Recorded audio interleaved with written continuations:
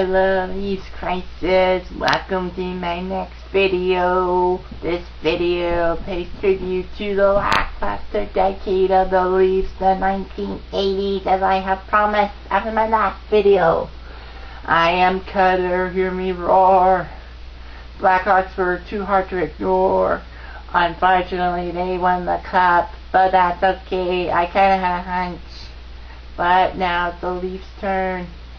But I'm happy about this. All the Leafs have to do is win the cup before 2021 to avoid the drought of the New York Rangers. You guys set yourself up for this one. Anyway, I have a surprise for you. Actually, you guys will not see any clips of the Leafs in amplitude in the 1980s. YouTube doesn't have them. So I am prepared with a book. I bought a few Leaf books, but my greatest find happened when I bought it on my 25th birthday. And no, it wasn't years ago. It was April the 9th of this year, 2010. This book is entitled Why the Leafs Suck and How They Can Be Fixed by Al Strachan. And at the bottom he has some tape underneath it. But I peeled some of the letter that said in Canada, and I knew it was Hockey Night in Canada. He must feel like having a paper bag over his head. Anyway, I have things to say, and I will say them clearly. Didn't do it my way. I hate Sinatra. Anyway, okay, according to the Leaf book, at the back of the book, there's an appendix, and they describe all the years that the Leafs, after their Stanley Cup triumph of '67, man, it's hard doing this voice, but anyway, it describes their vital stats, who was in, who's out, like who was on the team, who was released from the team, top scorers, goalies, and leaders, and everything else, like notable draft choices.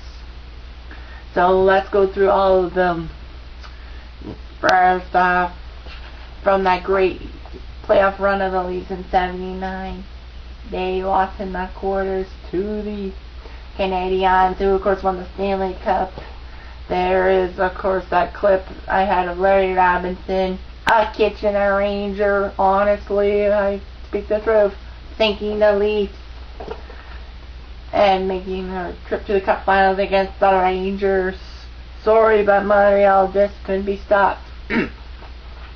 According to this book, 1979-1980, they won 35 of 80 games. Remember, we had 80 games before 1993. Excuse me, 92-93. 35, 40, and 5. Not bad. 75.11 for the NHL.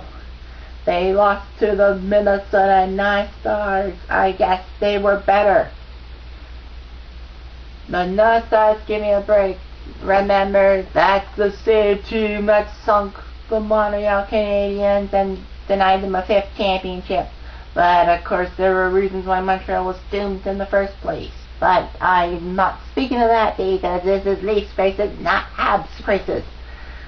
Anyway, they were 4th in their division, the Adams. They went through 3 coaches. Floyd Smith, who did okay, winning 30 wins, but he was injured. So Dick Duff took over, and he lost both games. But Putcham came in and coached. He was okay, 5-5, looked good. Some of the biggest moves happened in '79, where the Lanny McDonald trade. If you don't know what I'm talking about, there were troubles with Daryl Sittler and all that. Sittler and Imlach had it out for each other. Sittler, of course, ripped off his C in disgrace after Imlach traded Lanny McDonald, the heart and soul of the team and beater of Billy Smith and the '78 Islanders. Gotta remember that triumph. In the deal, it was Lanny McDonald and Joe Quenneville to the Colorado Rockies, now the Devils, and in exchange they got Pat Hickey and Will Paymon. Paymont was a good player. He played pretty well, I suppose. He also played for the Quebec Nordiques back in the early 80s. Also, they got Rick Five, soon to be a 50-goal scorer. They even signed Carl Brewer, way past his prime at 45. And you talk about Chris Chelios still playing in the NHL. Anyway, also Pat Boutette was traded, and Tiger Williams. They made a few good draft picks in the second round, but they both were better off with other teams. Craig Muni was drafted from Kingston, second round, 25th overall. He only played 19 games for the Leafs, 2 assists, but he won 3 cups for the Oilers, 87, 88, and 90. Bob McGill was also drafted 26th overall from Victoria. He was most noted for playing for the Sharks and the Blackhawks. I have his card with the expansion Sharks. 1980-81. The Leafs had 28 wins in the 80-game season, 71 points, and they somehow got into the playoffs. Remember, top 16 moved on, regardless of the division in those days. They got founded by the Islanders, no surprise. Joe Crozier was the coach for a while before Mike Nikolak took over. Imlach was hospitalized in 1980, and Ballard actually made Sittler captain, one of Ballard's best moves. Imlach did not like his coach Floyd Smith and moved it to Joe Crozier, who became Mike Nikolak, and the Leafs were lucky to make the playoffs.